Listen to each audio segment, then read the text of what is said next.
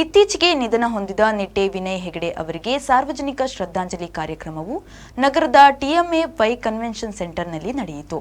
ಅನೇಕ ಗಣ್ಯರು, ಜನಪ್ರತಿನಿಧಿಗಳು, ಸಾರ್ವಜನಿಕರು ಶ್ರದ್ಧಾಂಜಲಿ ಕಾರ್ಯಕ್ರಮದಲ್ಲಿ ಪಾಲ್ಗೊಂಡಿದ್ದರು.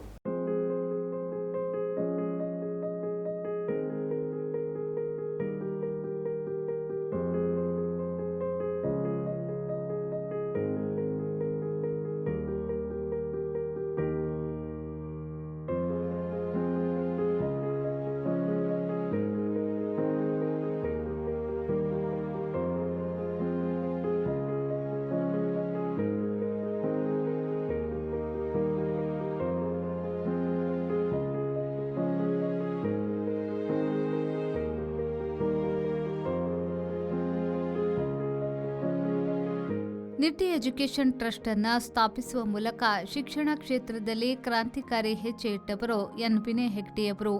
ಇತ್ತೀಚೆಗೆ ಅವರು ನಿಧನರಾಗಿದ್ದು, ಅವರ ಸಾರ್ವಜನಿಕ ಶ್ರದ್ಧಾಂಜಲಿ ಅರ್ಪಿಸುವ ಕಾರ್ಯಕ್ರಮವು ನಗರದ ಟಿಎಂಎ ಕನ್ವೆನ್ಷನ್ ಸೆಂಟರ್ನಲ್ಲಿ ನಡೆಯಿತು. ಇದೇ ವೇಳೆ ಮಾತನಾಡಿದ ನಿವೃತ್ತ ಲೋಕಾಯುಕ್ತರಾದ ಎನ್ ಸಂತೋಷ್ ಹೆಗ್ಡೆಯವರು, ವಿನಯ್ ಹೆಗ್ಡೆಯವರು ತಮ್ಮ ದಿಟ್ಟ ನಿರ್ಧಾರದಿಂದ ಶಿಕ್ಷಣ ಕ್ಷೇತ್ರದಲ್ಲಿ ಕ್ರಾಂತಿಕಾರಿ ಹೆಜ್ಜೆ ಇಟ್ಟವರು. ಇದೀಗ 40ಕ್ಕೂ ಹೆಚ್ಚು ನಿಟ್ಟೆ ಸಮೂಹದ ಅಡಿಯಲ್ಲಿ ಸಂಸ್ಥೆಗಳು ಕಾರ್ಯನಿರ್ವಹಿಸುತ್ತಿದೆ. ಸಮಾಜಕ್ಕೆ ಬಹುದೊಡ್ಡ ಕೊಡುಗೆ ನೀಡಿದ ವಿನಯ್ ಹೆಗ್ಡೆಯವರು ನಮ್ಮೊಂದಿಗೆ ಇಲ್ಲ ಎನ್ನುವುದು ಬೇಸರದ ಸಂಗತಿಯಾಗಿದೆ ಎಂದು ಹೇಳಿದರು.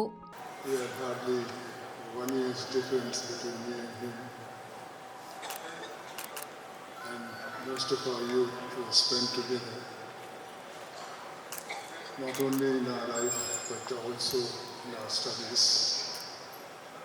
Practically we were in the same class, but we were two different personalities.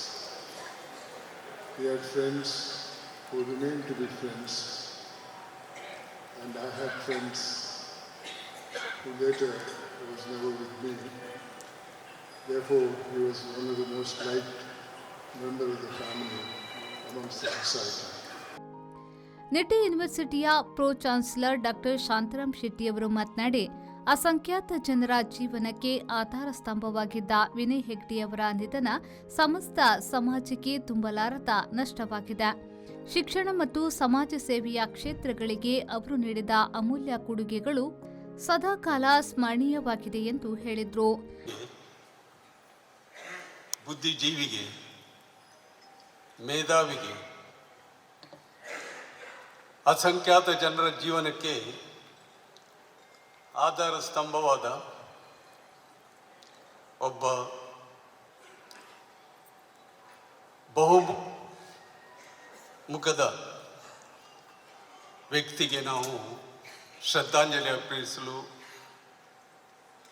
ಬಾಷ್ಪಾಂಜಲಿ ಅರ್ಪಿಸಲು ನಾವಿಲ್ಲಿ ನೆರೆದಿದ್ದೇವೆ.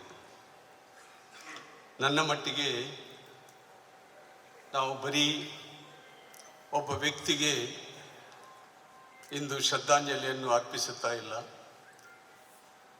ಆದರೆ ಒಬ್ಬ ವ್ಯಕ್ತಿ ತನ್ನ ಜೀವನದಲ್ಲಿ 86 ವರ್ಷದ ಜೀವನದಲ್ಲಿ ತಾನು ಏನು ಸಾಧಿಸಬಲ್ಲ ಎಂಬ ಬಹಳ ದೊಡ್ಡ ವ್ಯಕ್ತಿತ್ವಕ್ಕೆ ನಾವು ಶ್ರದ್ಧಾಂಜಲಿಯನ್ನು ಅರ್ಪಿಸುತ್ತಾ ಇದ್ದೇವೆ.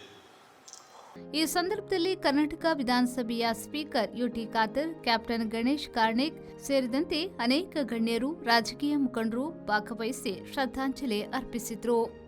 ಈ ಸಂದರ್ಭದಲ್ಲಿ ನಿಟ್ಟೆ ವಿನಯ್ ಹೆಗ್ಡೆಯವರ ಕುಟುಂಬಿಕರು ಪಾಲ್ಗೊಂಡಿದ್ದರು.